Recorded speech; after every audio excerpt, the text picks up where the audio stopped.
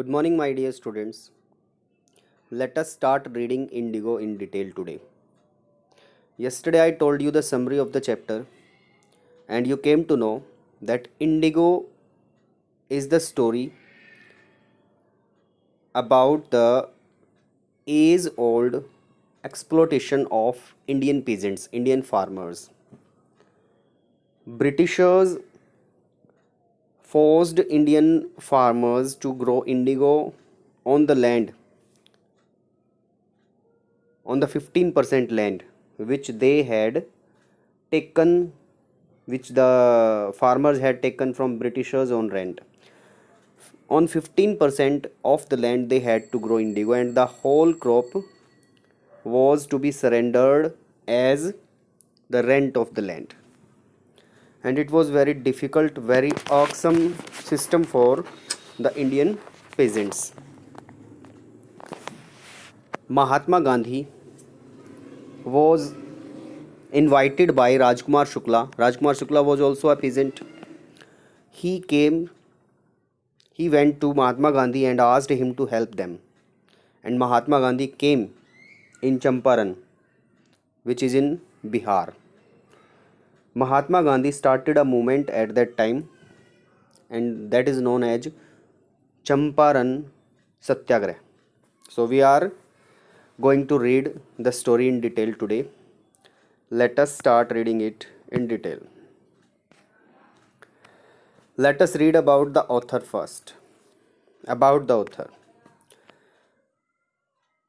Louis Fisher, who was born in 1896 and died in 1970, was born in Philadelphia. He served as a volunteer in the British Army between 1918 and 1920. So you can see Britishers were also inspired by Mahatma Gandhi.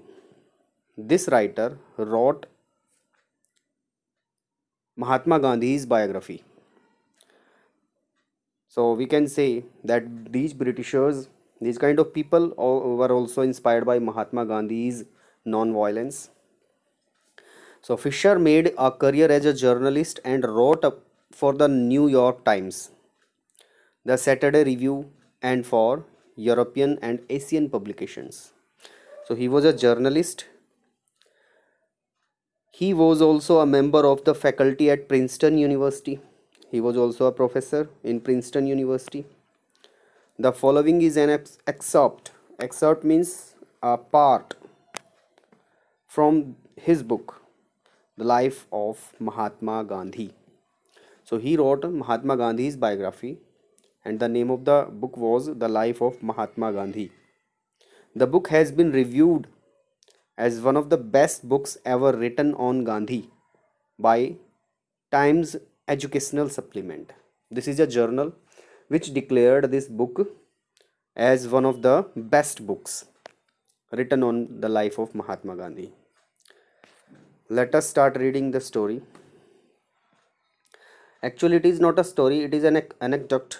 एक वाक्य है महात्मा गांधी की जिंदगी का, उस biography में से एक चैप्टर निकाल करके यहाँ 12th क्लास के सिलेबस में डाल दिया गया है, so that you can also know about the strategies, the policies of Mahatma Gandhi and the Champaran movement. Let us start. When I first visited Gandhi in 1942. So it is Louis Fisher who is telling us all about this. He visited Mahatma Gandhi in 1942 at his ashram in Sevagram in central India. He said, who said? Mahatma Gandhi said to Louis Fisher, I will tell you how it happened that I decided to urge the departure of the British. Departure means when someone go away. किसी के जाने की जो moment होती है उसको departure बोलते हैं, प्रस्थान. सो महात्मा गांधी ने लुई फिशर को कहा कि भाई मैं तुम्हें बताता हूँ कि मैंने कब डिसाइड किया, विश करना, जिद करना, हट करना ब्रिटिशर्स के यहाँ से जाने के लिए, मीन्स उनको ये कहना कब शुरू किया मैंने कि यहाँ से जाओ। It was in 1917 when he started it. He had gone to December 1916 annual convention of the Indian National Congress Party in Lucknow. सो महात्मा गांधी 1916 के लखनऊ अधिवेशन में गए थे। Convention means meeting of a large number of people. There were 2,301 delegates. Delegates means political representatives and many visitors. During the proceedings means कार्यवाही, Gandhi ji recounted, Gandhi ji remembered or told. A peasant came up to me. A peasant, a farmer. Peasant means a farmer came up to me looking like an other peasant in India. Poor and emaciated. Emaciated means very very weak, thin. तो एक बड़ा पतला सा किसान महात्मा गांधी के पास आया। Where was Mahatma Gandhi at that time? He was in 1916 annual convention of Indian National Congress in Lucknow. Lucknow में भारतीय कांग्रेस पार्टी का एक अधिवेशन हो रहा था, जहां पर पूरे इंडिया से 2301 लीडर्स आए हुए थे, रिप्रेजेंटेटिव्स आए हुए थे अलग अलग प्रोविंसेस से, और बहुत सारे लोग वैसे भी आए हुए थे because it was a very very big event. Political leaders वहाँ पर इकट्ठे हो रहे थे। सो जहाँ पर पॉलिटिकल मीटिंग्स होती है वहाँ पर लोग जाते ही हैं डेफिनेटली पता लगाने के लिए। जिनकी पॉलिटिक्स में इंटरेस्ट होता है वो लोग तो डेफिनेटली जाते हैं, और आम आदमी भी जाते हैं, ताकि उनको पता लगे कि भाई क्या डिसीजन लिया गया है, किस चीज़ के बारे में डिसीजन लिया गया है, and what is going to be changed, what is going to be to change. So many visitors also had gone there. तो वहाँ पर एक किसान आया महात्मा गांधी से मिलने, बड़ा दुबला पतला सा किसान था, and said, I am Rajkumar Shukla, I am from Champaran and I want you to come to my district. So remember it, Rajkumar Shukla, Champaran से एक किसान राजकुमार शुक्ला नाम का एक किसान चंपारण से आया था महात्मा गांधी से मिलने। ये याद रखना, I want you to come to my district. Gandhi had never heard of the place. It was in the foothills of the towering Himalayas near the kingdom of Nepal.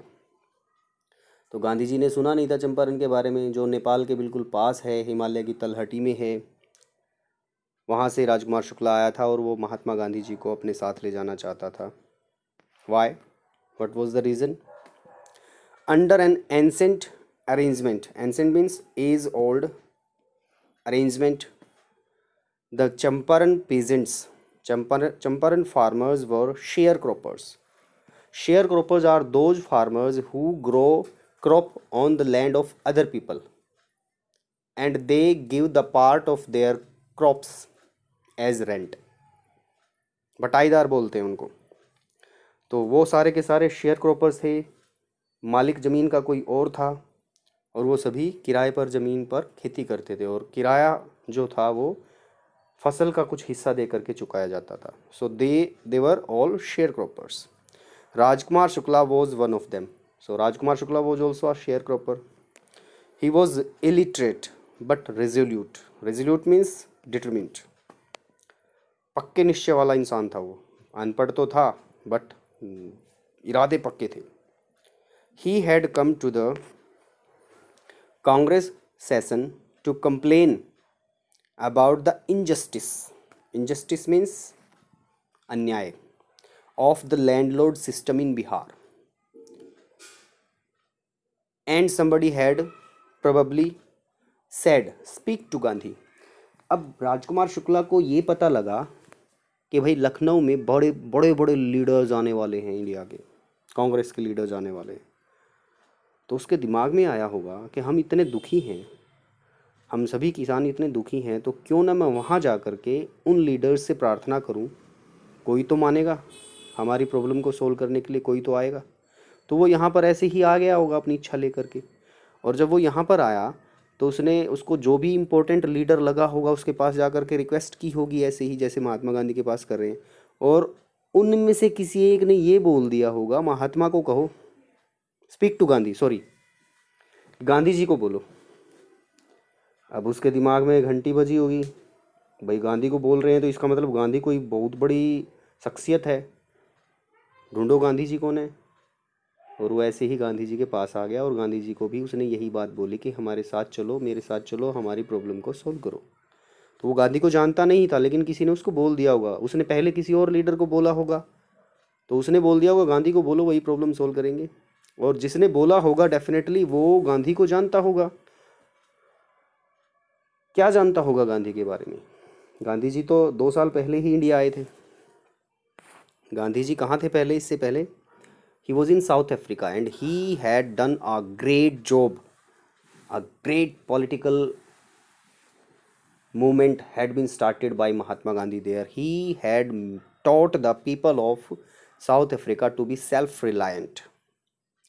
He had brought big changes there, a lot of changes there in the life of South African people. That's why he was also becoming popular in India. So जो लोग उनको जानते थे उनमें से किसी एक ने राजकुमार शुक्ला को बोल दिया होगा गांधी को बोलो, और गांधी जी को उन्होंने बोल दिया राजकुमार शुक्ला ने। So remember it, who was Rajkumar Shukla?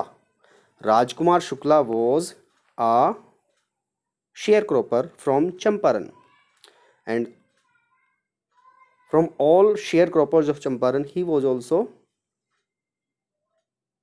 he was also grieved, and he wanted to get his problems solved. Gandhi told Shukla he had an appointment in Kanpur and was also committed to go other parts of India. So Gandhiji was busy. Shukla accompanied. Shukla went with him everywhere. Then Gandhi returned to his ashram near Ahmedabad. So राजकुमार शुक्ला को जब महात्मा गांधी ने बोला कि भाई मेरा तो programme set है, मुझे तो यहाँ जाना है वहाँ जाना है, तो मैं नहीं जा सकता, लेकिन राजकुमार शुक्ला को जब ये बात दिमाग में बैठ गई कि गांधी को बोलना है तो गांधी तो कुछ करेंगे डेफिनेटली, तो वो गांधी जी से चिपका रहा। जहाँ भी गांधी जी जाते साथ में जाता। गांधी जी अपने आश्रम में वापस आए, साथ में आ गया। Shukla followed him to the ashram for weeks, कई सप्ताह तक। He never left Gandhi side. Fix a date, he begged, he prayed, एक डेट फिक्स करो, हमें भी अपना टाइम दो। दोबारा से प्रार्थना की उसने। Impressed by the share croppers tenacity, tenacity means determination, दृढ़ निश्चय, एंड स्टोरी, उसके दृढ़ निश्चय से और उसकी कहानी से इम्प्रेस होकर के Gandhi said, I have to be in Calcutta on such and such a date, come and meet me and take me from there. So Rajkumar Shukla को काफ़ी दिन तक महात्मा गांधी के साथ रहना पड़ा। महात्मा गांधी जहाँ भी जाते साथ में जाता, और एंड में उसको सफलता मिली। महात्मा गांधी जी ने अपना समय दिया और बता दिया कि भाई इस दिन मैं कलकत्ता जाऊंगा, वहाँ पर से उस दिन मुझे आकर के ले जाना। Months past, Shukla was sitting on his haunches, haunches means hips, at the appointed spot in Calcutta when Gandhi arrived. He waited till Gandhi was free. Then the two of them boarded a train for the city of Patna in Bihar. तो दोनों के दोनों बिहार के लिए एक train पकड़ के निकल गए वहाँ से। जब तक गांधी जी फ्री हुए तब तक वेट किया राजकुमार शुक्ला ने, और जब गांधी जी फ्री हुए तो गांधी जी ने बोला था कि that he would be able to go with him after his program, and then they boarded a train for Patna. There Shukla led him to the house of a lawyer named Rajendra Prasad. I think you know the name of the, I think you know the person. He is the same Rajendra Prasad, Dr. Rajendra Prasad, who became the first president of India. But at that time, he was a lawyer. So Rajkumar Shukla took Mahatma Gandhi to Rajendra Prasad's home, who later became president of the Congress Party and of India. Rajendra Prasad was out of town, but the servants knew Shukla as a poor yeoman. Yeoman means farmer who pestered, who bothered their master to help the indigo sharecroppers. तो राजकुमार शुक्ला जब राजेंद्र प्रसाद जी के घर पे गया महात्मा गांधी के साथ, तो राजेंद्र प्रसाद जी के नौकरों ने पहचान लिया कि भाई ये तो वही बंदा है जो हमारे मालिक को बार बार परेशान करता है शेयर क्रॉपर्स की हेल्प करने के लिए। अब लॉयर के पास वो आता था ताकि वो लॉयर राजेंद्र प्रसाद उनका केस लड़े। So they let him stay on the grounds with his companion. And you know who was the companion? Companion was Mahatma Gandhi. They didn't know Mahatma Gandhi. And it was because Mahatma Gandhi was not famous at that time.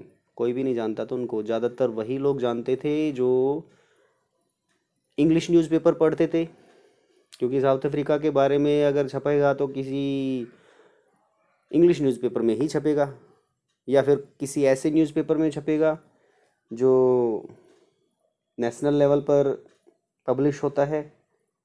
और आम जो illiterate लोग थे वो कहाँ newspaper पढ़ते होंगे, वो कहाँ महात्मा गांधी के बारे में जानते होंगे।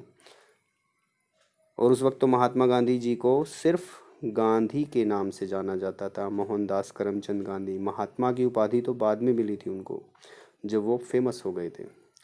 तो उनके लिए तो वो Gandhi whom they took to be another peasant, उन्होंने देख लिया कि महात्मा गांधी भी कोई शायद किसान ही होगा इसके साथ आया है तो। But Gandhi was not permitted to draw water from the well lest some drops from his bucket pollute the entire source. Gandhi ji wanted to drink water, और वो वेल में से पानी निकालना चाहते थे, खींचना चाहते थे, लेकिन उनको नौकरों ने ऐसा नहीं करने दिया। Why? Because at that time the system of untouchability was at its peak. भाई ये तो बहुत बड़ी बीमारी थी सोसाइटी की, अनटचेबिलिटी। भाई महात्मा गांधी जी के बारे में जानते नहीं थे ना वो कि भाई अनटचेबल है या नहीं। तो अगर पानी ये अनटचेबल है और इसने बकेट को हाथ लगाया तो डेफिनेटली पूरा कुआं दूषित हो जाएगा। ये इस टाइप की सोच थी उस वक्त लोगों की। How did they know that he was not an untouchable? तो उनको पानी निकालने नहीं दिया। Gandhi decided to go first to Muzaffarpur which was on route to Champaran, on the way to Champaran. Champaran जाते वक्त रास्ते में मुजफ्फरपुर था, तो महात्मा गांधी ने सोचा मुजफ्फरपुर जाया जाए पहले। Why? To get more complete information about conditions that Shukla was capable of giving। उन्होंने सोचा कोई और डिटेल में जानकारी हासिल की जाए। शायद शुक्ला डिटेल में ना बता पाया हो, तो वो पूरी जानकारी लेना चाहते थे और इसके लिए वो मुजफ्फरपुर जाना चाहते थे। Why? Because he knew someone in Muzaffarpur. He accordingly sent a telegram to Professor J.B. Kripalani. Yesterday I was confused about these names. So J.B. Kripalani के पास उन्होंने एक टेलीग्राम भेजा। और कौन थे J.B. Kripalani? आर्ट्स कॉलेज में मुजफ्फरपुर में एक प्रोफेसर थे, whom he had seen at Tagore Shanti Niketan school. Rabindranath Tagore का शांति निकेतन स्कूल था। उस स्कूल में महात्मा गांधी जी गए होंगे कभी, और वहीं पर J.B. कृपलानी भी आए होंगे और उन दोनों की जान पहचान हो गई होगी। और उसके बाद महात्मा गांधी को आज J.B. कृपलानी से काम पड़ा और उन्होंने टेलीग्राम उनको भेज दिया। The train arrived at midnight when 15th April 1917. Kripalani was waiting at the station with a large body of students. So रात आधी रात को बहुत सारे स्टूडेंट्स के साथ जेबी कृपलानी गांधी का स्वागत करने के लिए स्टेशन पर आए हुए थे। Gandhi stayed there for 2 days in the home of professor Malkani. Professor Malkani के घर पे वो रुके। A teacher in a government school. कौन थे मलकानी? एक गवर्नमेंट स्कूल में teacher. So both of them were government employees. It was an extraordinary thing in those days. क्या चीज़ थी extraordinary? Gandhi commented, Gandhi ने कमेंट करते हुए बताया कि ये बड़ी एक्स्ट्रा ऑर्डनरी चीज़ थी उन दिनों। क्या? For a government professor to harbour to give shelter a man like मी।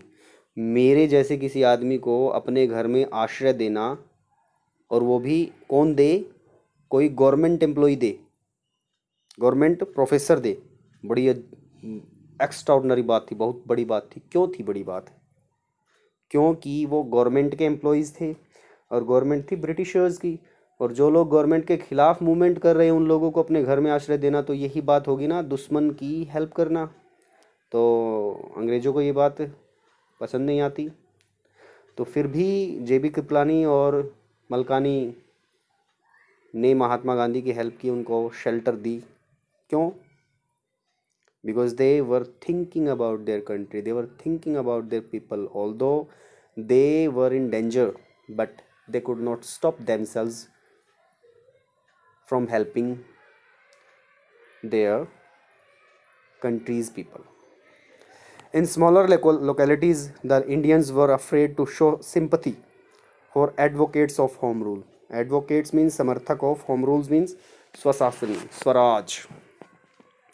जो लोग स्वराज की कामना रखते हैं, स्वराज को समर्थन देते हैं, उन लोगों की हेल्प करना गवर्नमेंट ऑफिशियल्स के लिए बड़ी गलत बात थी, क्योंकि गवर्नमेंट तो ब्रिटिशर्स की थी। So till this point we have read the story and I hope you have understood it well. Still, if you have any doubt, you can comment. We will read the remaining story tomorrow. Till then, my dear students, take care. Bye.